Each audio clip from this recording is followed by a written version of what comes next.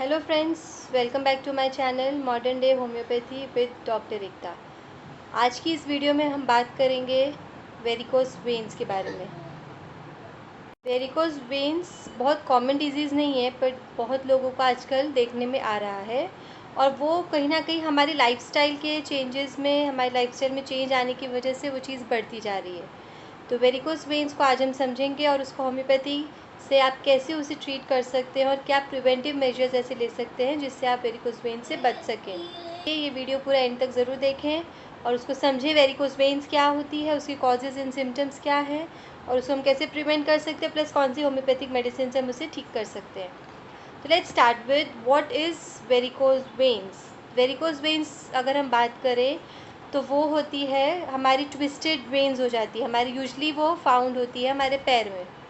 हमारे जो पैर हैं उसके जो नीचे का पार्ट है उसमें अगर हम देखें तो पीछे जो काफ मसल्स है उसकी फ़ोटो यहाँ पे है, तो उसमें वो वेन्स ट्विस्ट हो जाती हैं या एक दूसरे के अंदर उलझ जाती है या फूल जाती है, स्वॉलिंग हो जाता है उसमें।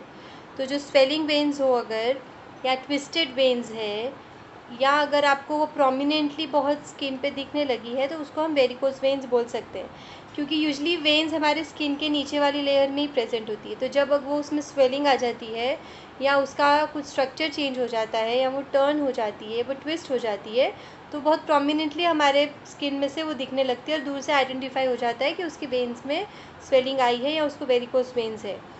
उसका दूसरा नाम स्पाइडर्स वेब वेन करके भी है। स्पाइडर्स वेब वेन में क्या होगा कि वो बहुत छोटी छोटी वेन्स एक दूसरे में उलझी रहेंगी और बहुत सारा वो पार्ट स्वॉलिंग दिखेगा, बहुत सारे पार्ट में वो वेन्स का स्ट्रक्चर ट्विस्टेड दिखेगा, तो वो स्पाइडर्स वेब वेन्स हो जाती है। तो varicose veins usually thick vessels को ही ट्विस्ट करेगी, एक दो होंगे प्रोमिनेंट, तो वो होगा वेरिकोसिटीज़।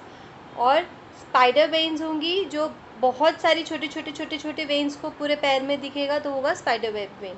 इनमें बहुत डिफरेंस नहीं है। यूजली इसका कुछ सिम्टम्स प्रेजेंट वैसे नहीं है, पर ये कॉस्मेटिक कंसर्न्स बहुत लोगों के लिए देखा गया है। मतलब देखने में वो अच्छा नहीं लगता है इसलिए लोग इसका ट्रीटमेंट कराना चाहते हैं, बट वैसे बेसिकली इसका कोई सिम्टम्स वैसे नहीं है।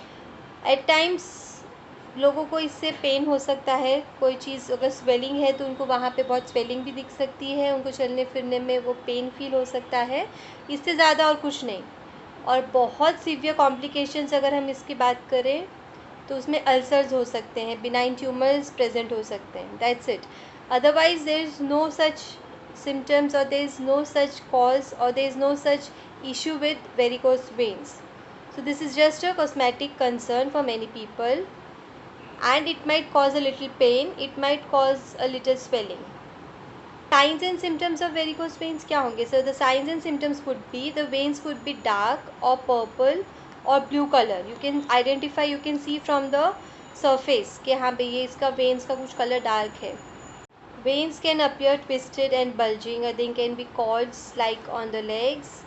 They can be burning, throbbing, cramping pains in the legs. It can be heaviness. आपको बहुत देर खड़े रहने से या बहुत देर बैठने से वो heaviness, वो पेन फील हो सकता है. There can be itching at times or changes in the skin color would be present. Now let's understand the causes of varicose veins कि varicose veins होती क्यों है। सबसे पहले तो जो हार्ट का हमारा फंक्शन है वो होता है ब्लड सप्लाई करना पूरे बॉडी में। तो जो वाल्व्स हैं वो पंप करते हैं, उसमें से हमारा आर्टरीज में से ब्लड नीचे जाता है, पूरे बॉडी में जाता है ऑक्सीजन, और कार्बन डाइऑक्साइड वेन्स हार्ट में लेके आती है। तो ये हमारा फंक्शन है। तो कॉजेज़ हो सकते हैं कि जो वाल्व्स हैं हार्ट के, उसका पंपिंग अगर कहीं स्लो हो गया है, उसका पंपिंग प्रॉपर नहीं हो रहा है, तो वो प्रेशर पुल नहीं कर पाता है लेग्स और वो वेन्स कार्बन डाइऑक्साइड वापस नहीं ला पाती है।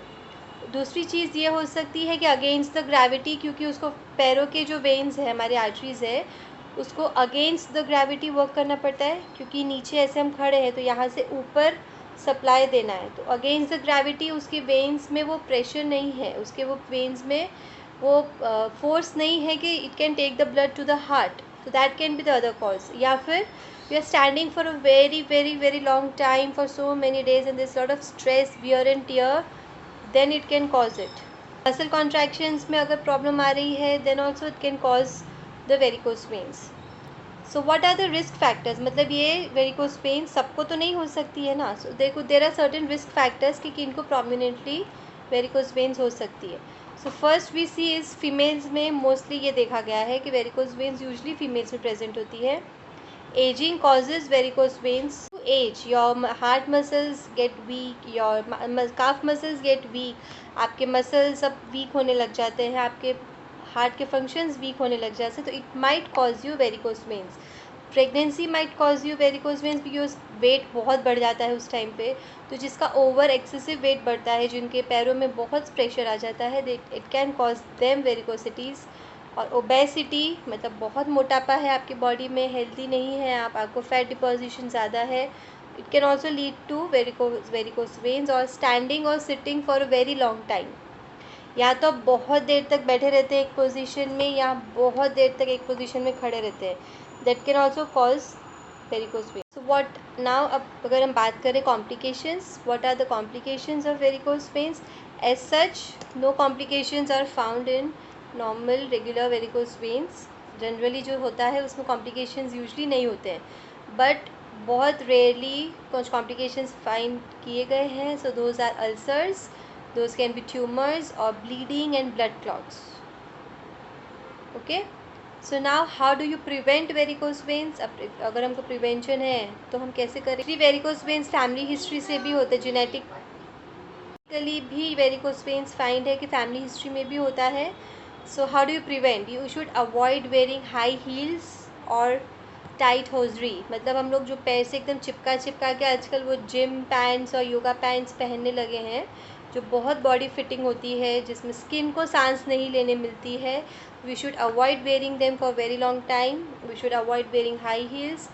देन अगर आप कंटिन्यूसली बैठे हैं तो you have to keep changing your positions की move around and then sit. अगर आप बहुत कंटिन्यूसली खड़े हैं, so you should sit down for a while and then you can stand and do your work. Then you should eat a high fiber diet, मतलब जिसमें fibres हो, जैसे fruits हो गए, सैलड्स हो गया, हाई फाइबर फूड लेना है और सॉल्ट इंटेक बहुत कम कर देना है। एक्सरसाइजेस करनी है हमको ऐसी जिसमें आप पैर को ऊपर लिफ्ट कर सकें, उसको ऊपर से नीचे हम मूवमेंट दे सकें, उस तरह की एक्सरसाइज हमें करनी है जिससे सर्कुलेशन मूवमेंट रहे बॉडी में, लेग्स में से। And obviously you should watch your weight. If you're getting overweight, then also that's a risk. Obesity है तो that's a risk. So keep maintaining your weight. आपको weight नहीं बढ़ने देना है अपना. So now let's talk about what type of different homeopathic medicines can help you in varicose veins.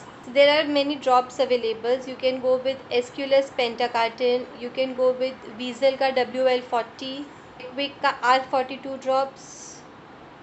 Then there is Edel 44 Venorbis drops. Then there are varicose vein drops available easily.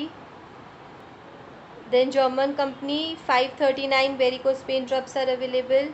इसका B48 drops varicose vein drops are available. So all these drops are easily available at any homeopathic store. All these work wonderfully in your varicose veins condition. आपको जो available है easily आप ले सकते हैं उन्हें। 4 बूंद आपको दिन में 3 बार लेना है और आपको कंटिन्यूसली 2-3 महीने के लिए लेना है, ताकि आपको उसमें धीरे धीरे वो रिज़ल्ट दिखने लगे और आप उसको ओवरकम कर सकें।